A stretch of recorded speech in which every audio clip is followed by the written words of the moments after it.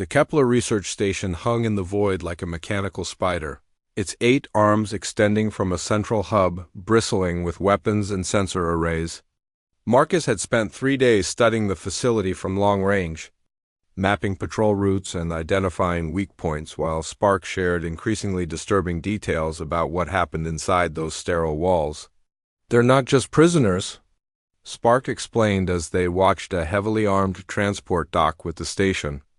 "They're batteries. Living power sources forced to channel their abilities into Zephyrian technology. Some of them have been chained to those machines for over 50 years. Marcus felt his jaw clench as he studied the station's schematics.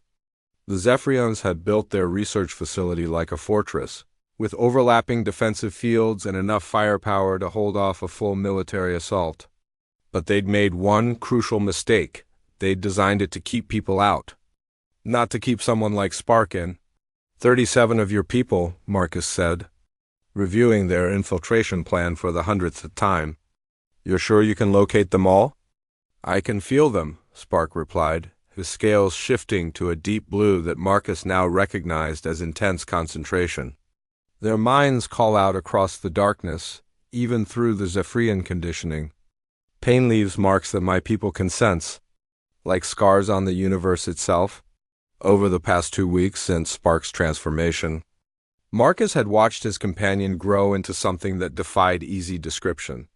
Physically, Spark now resembled a miniature dragon from human mythology, though he was still no larger than a large dog. But his mental development had accelerated beyond anything Marcus could have imagined. The young dragon spoke 17 languages fluently, had taught himself advanced quantum physics from the ship's educational databases, and demonstrated psychic abilities that seemed to operate on principles far beyond current galactic understanding. Yet despite his growing power, Spark remained fundamentally the same curious, compassionate being Marcus had rescued from that Zephyrian wreck. If anything, his abilities had only amplified his desire to help others, particularly his imprisoned people.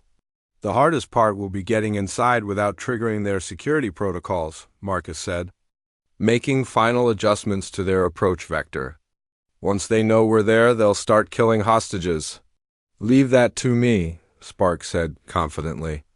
"Zephyrian technology relies heavily on bio-neural interfaces. I can convince their systems that we belong here."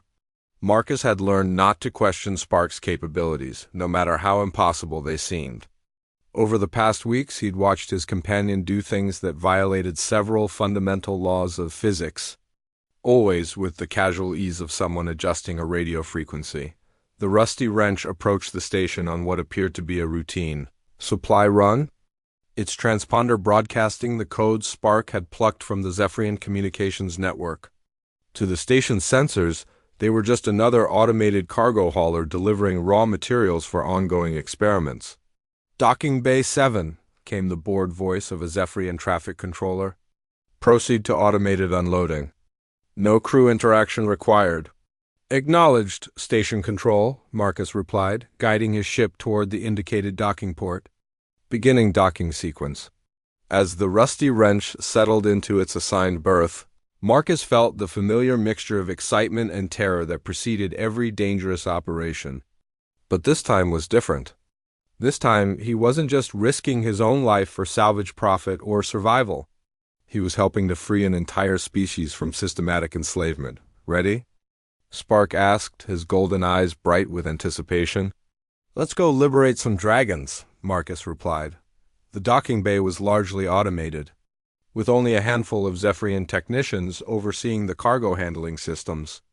Spark's psychic influence ensured that none of them noticed 2 additional figures moving through the shadows between shipping containers, heading for the access corridors that led deeper into the station. "The holding cells are in Section C," Spark whispered as they navigated the sterile hallways. 3 levels down, behind multiple security barriers designed to contain psychic abilities. Marcus checked his plasma rifle one more time, though he suspected conventional weapons would be of limited use in whatever was coming. Spark had insisted on handling most of the actual rescue operation himself. Claiming that his people would only trust one of their own after decades of Zephyrian abuse, the first security checkpoint was defended by automated systems that should have been impossible to bypass. Marcus watched in amazement as Spark simply walked up to the biolock scanner and placed his small clawed hand on the reader. For a moment, nothing happened. Then the scanner's light shifted from red to green, and the reinforced door slid open with a soft hiss. "How did you do that?" Marcus asked. "I asked it nervously," Spark replied with what might have been a smile. "Zephyrian biolocks are designed to recognize approved genetic patterns. I just convinced this one that I was a senior researcher conducting a routine inspection." They moved deeper into the station, passing laboratories filled with equipment Marcus couldn't begin to identify. Some of the chambers contained what looked like torture devices. Old gleaming metal and neural interface cables designed to extract psychic energy from unwilling subjects. "My people call it the harvest," Spark explained quietly as they passed one particularly ominous-looking chamber. "But the Zephyrians have a different name for it, Project Ascension. They believe that by forcing my people to channel our abilities through their machines, they can achieve a form of artificial evolution." "Evolution into what?" "Something like us, but without the inconvenience of conscience or empathy. Pure psychic ability in service of Zephyrian supremacy." Marcus felt sick as the implications sank in. The Galactic Council wasn't just enslaving Spark's people. They were trying to steal their essential nature and remake it in their own image. The deeper they went, the more obvious it became that the station was far larger than it appeared from the outside. Entire sections extended into pocket dimensions. Their space folded and compressed using technology that made Marcus's head hurt to contemplate. "There," Spark said suddenly, his scales brightening with excitement. "I can feel them now. They're close." The corridor ahead terminated in a massive security door marked with warning symbols in dozens of languages. Beyond it, Marcus could sense something that made his skin crawl, a psychic pressure that felt like screaming, though no sound reached his ears. "They're in pain," Spark said, his voice tight with emotion. Constant, deliberate pain designed to make them compliant. "Zephyrians learned early that my people are harder to control when we're healthy and strong." Marcus watched as Spark approached the security door. This one clearly designed to contain beings with significant psychic abilities. The young dragon placed both hands on the scanner and closed his eyes. Concentrating with visible effort, for several long moments, nothing happened. Then the door began to shake, its reinforced structure vibrating with increasing intensity. Warning alarms started blaring throughout the station, and emergency lights began flashing. "Spark?" Marcus called out, concern evident in his voice. "I'm okay," Spark replied through gritted teeth. "This one's fighting back. The security system is designed to resist psychic manipulation." The shaking intensified, and Marcus could hear stressed metal beginning to buckle under forces it was never designed to contain. Spark's scales were now blazing with inner light, and the air around him shimmered with barely contained energy. With a sound like thunder, the security door exploded inward, its reinforced structure simply disintegrating under Spark's psychic assault. Beyond the destroyed barrier lay a chamber that made Marcus's worst nightmares seem pleasant by comparison. 30-7 beings hung suspended in crystalline tanks filled with glowing fluid, their bodies pierced by neural interface cables that pulsed with stolen energy. Each tank was surrounded by monitoring equipment and extraction devices designed to harvest psychic power while keeping the subjects alive and conscious. Marcus had seen many horrors during his years of salvage work, but this systematic torture and exploitation of sentient beings was beyond anything in his experience. Several of the imprisoned dragons were clearly ancient, their scales dulled by decades of captivity and abuse. Others appeared younger, though all showed signs of the physical and mental degradation that came from prolonged psychic drainage. "My people," Spark whispered, his voice breaking with emotion. "What they've done to you, ... The imprisoned dragons began to stir as Spark's presence registered in their damaged minds. Golden eyes opened in tank after tank, focusing on the small figure standing in the doorway with a mixture of disbelief and desperate hope. "You are not an illusion?" One of the elder dragons asked telepathically, his mental voice weak but unmistakably real. "I am Spark of the last flight," Spark replied using the same telepathic channel. "I have come to take you home." The elder dragon's eyes widened with shock. "Impossible. The last flight died in the final assault. There are no survivors." "I survived," Spark said simply. "And now I've grown strong enough to free you."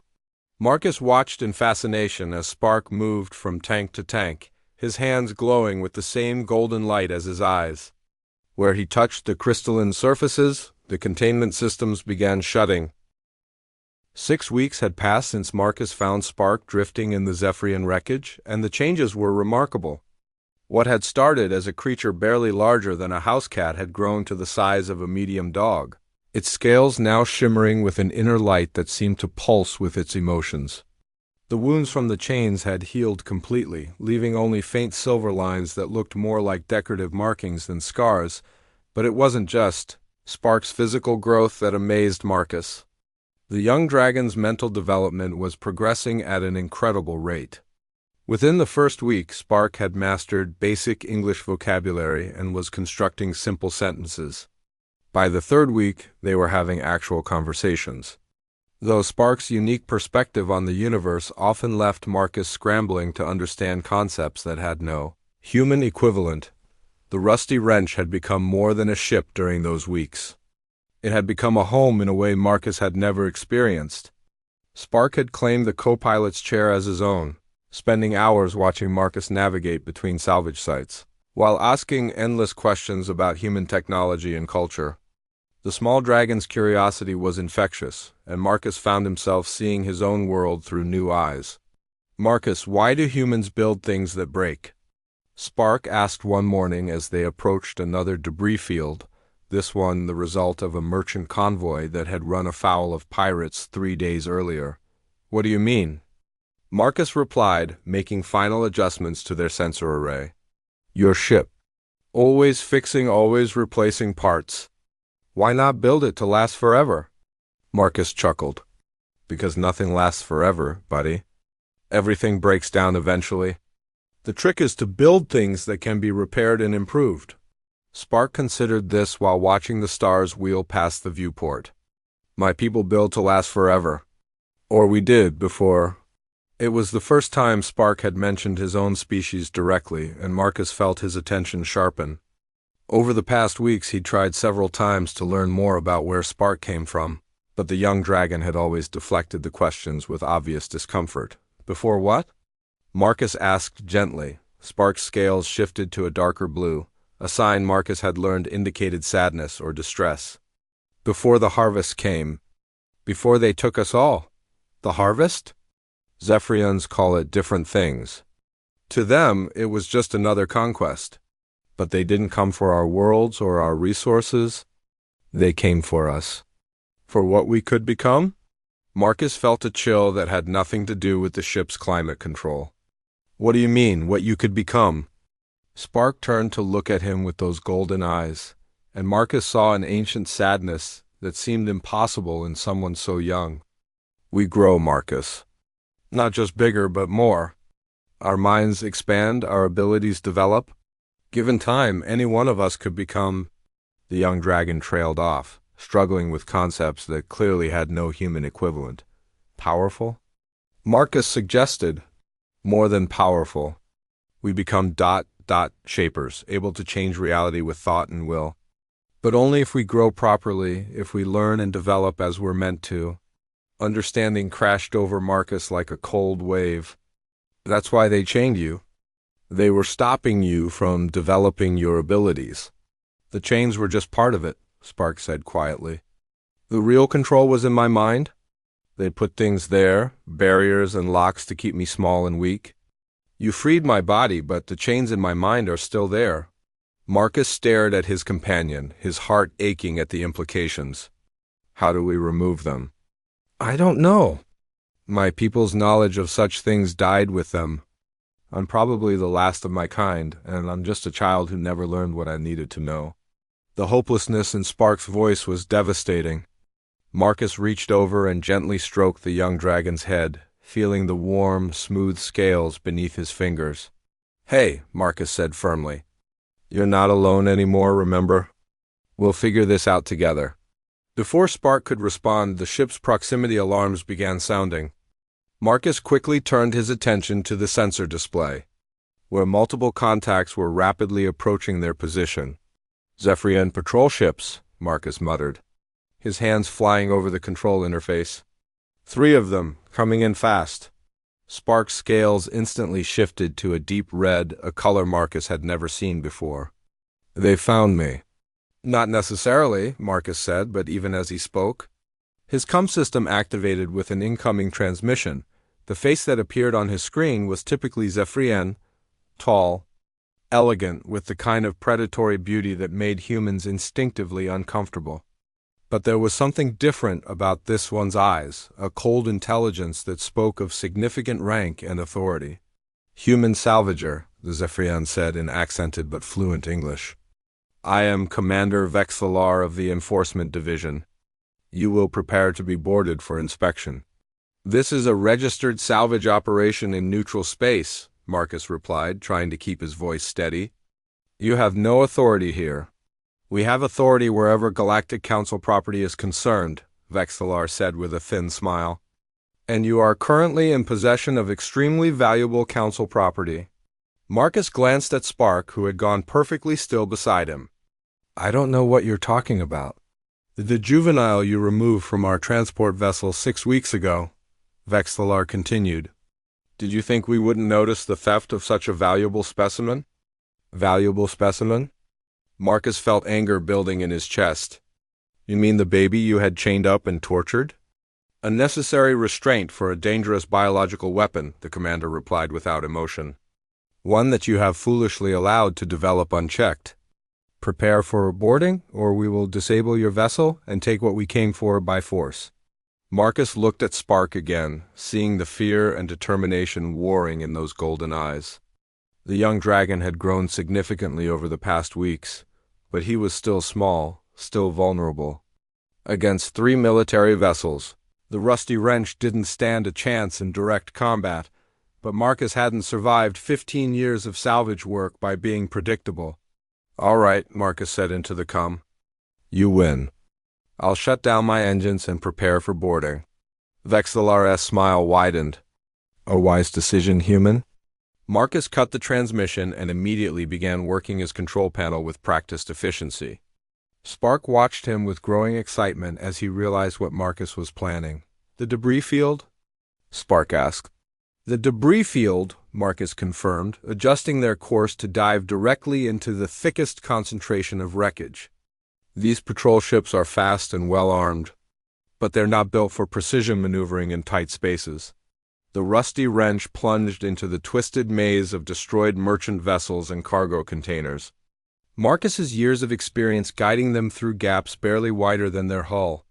Behind them, the Zephyrian patrol ships followed, but their larger size and military configuration made navigation much more difficult. "Marcus, I need to tell you something," Spark said as they weaved between the hull of a massive freighter. "About what I am, what I could become. Kind of busy right now, buddy?"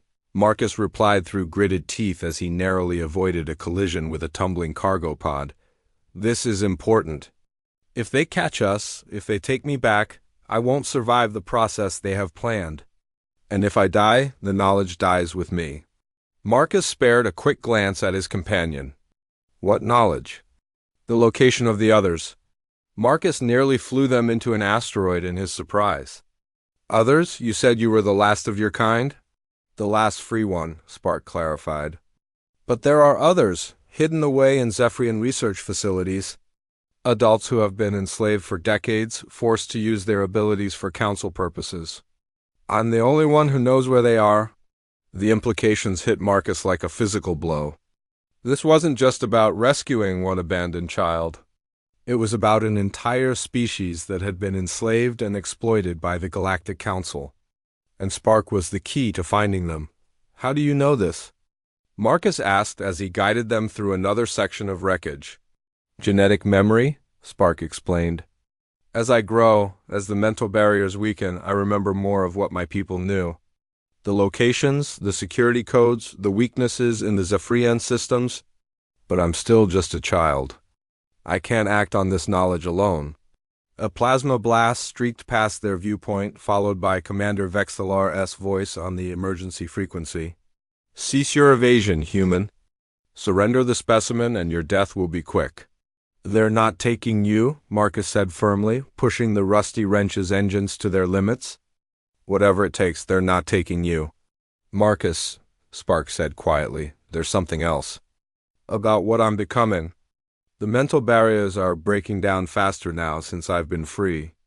I can feel the power growing inside me, and I don't know how to control it. As if to demonstrate his point, the lights throughout the ship suddenly dimmed, and Marcus felt a strange tingling sensation in the air. When he looked at Spark, the young dragon's scales were glowing with an inner light that pulsed in rhythm with his heartbeat. It's okay, Marcus said, though he wasn't entirely sure that was true. We'll figure out the control part together, just like everything else. Another plasma blast, this one closer, reminded Marcus that they had more immediate concerns. The Zephyrian ships were gaining on them, using coordinated fire to herd the rusty wrench toward the edge of the debris field were. Marcus Chun floated through the debris field with practiced ease, his salvage suit's thrusters making tiny corrections as he navigated between twisted metal and frozen corpses.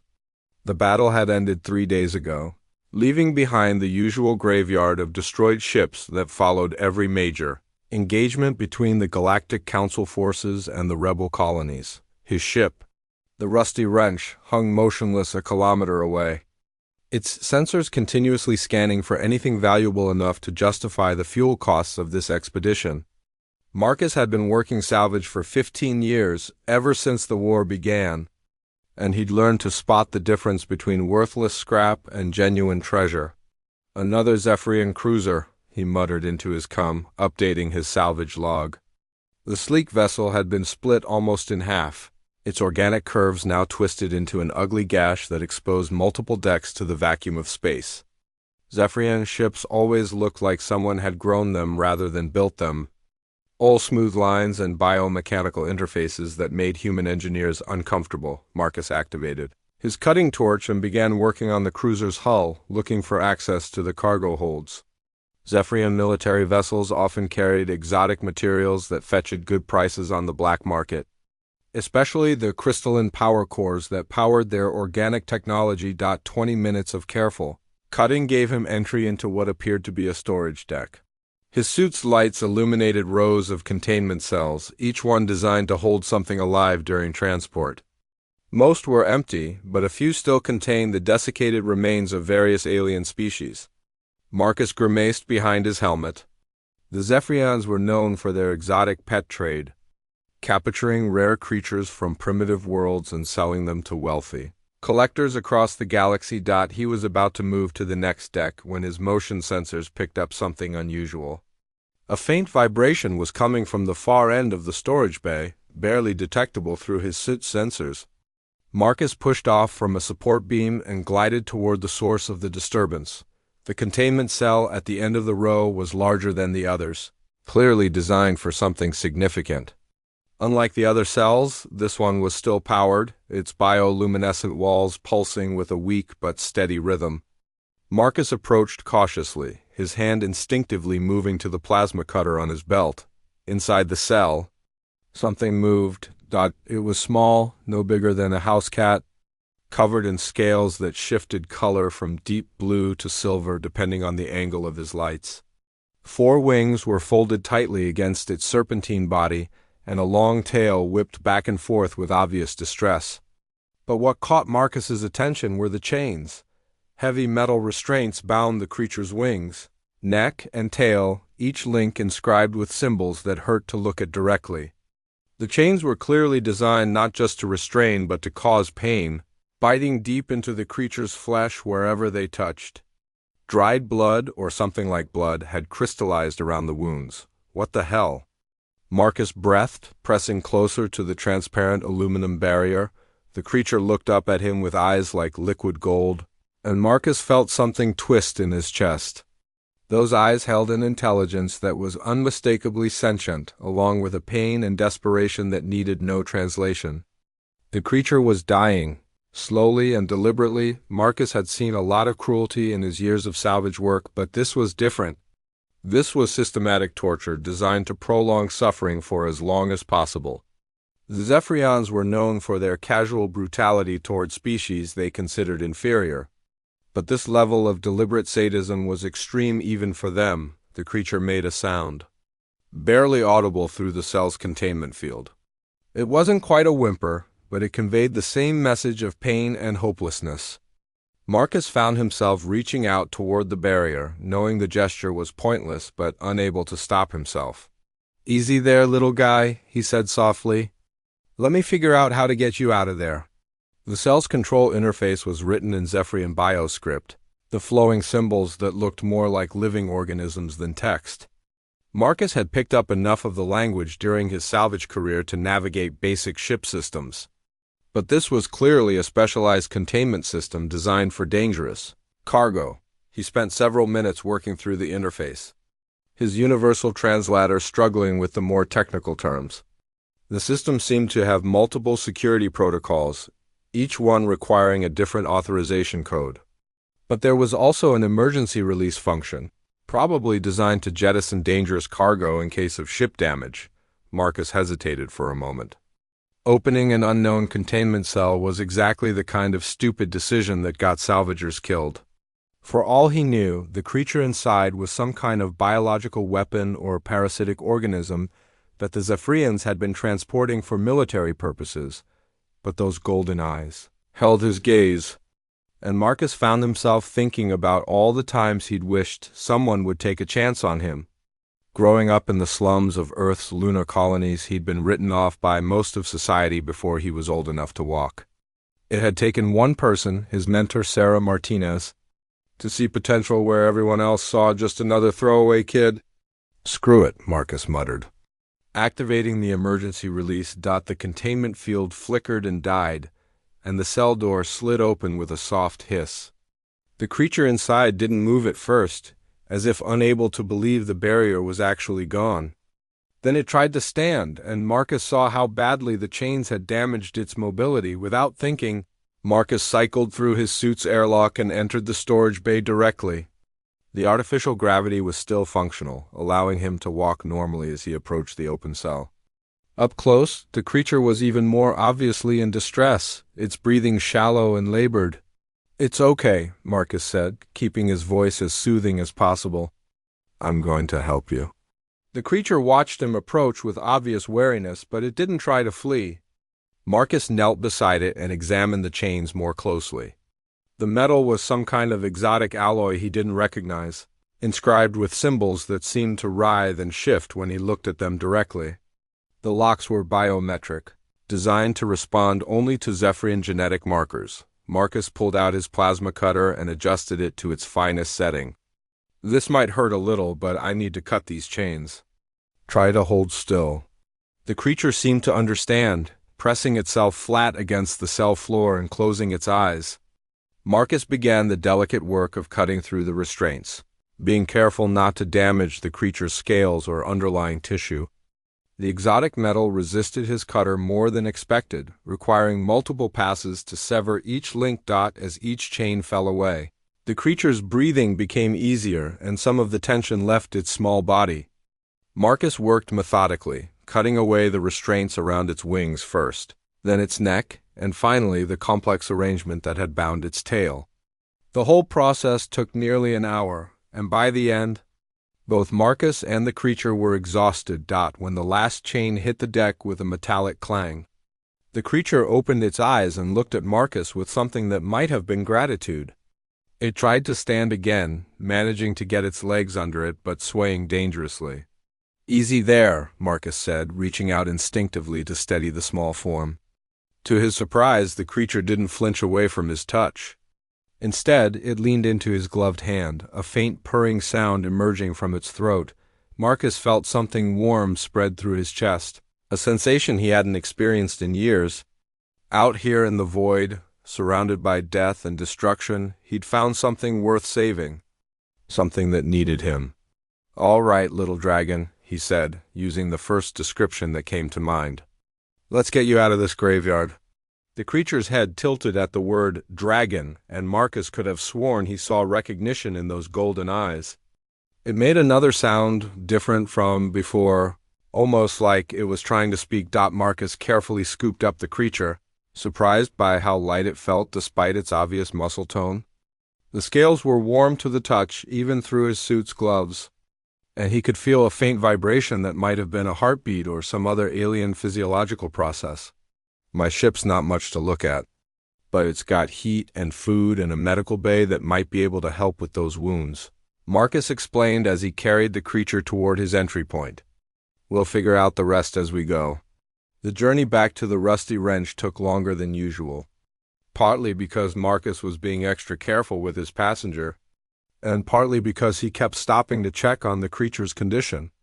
By the time they reached his ship's docking bay, the small dragon was alert and looking around with obvious curiosity. Marcus's ship was a converted mining vessel, old utilitarian corridors and jury-rigged systems held together by determination and creative engineering. It wasn't pretty, but it had served him well for over a decade, and he'd modified it extensively for his salvage operations. The medical bay was barely more than an oversized first aid station, but it had a biobed capable of basic tissue analysis and treatment. Marcus gently placed the creature on the examination surface and activated the scanner. "Let's see what we're dealing with here," he murmured, watching as the scanner began its analysis. The results,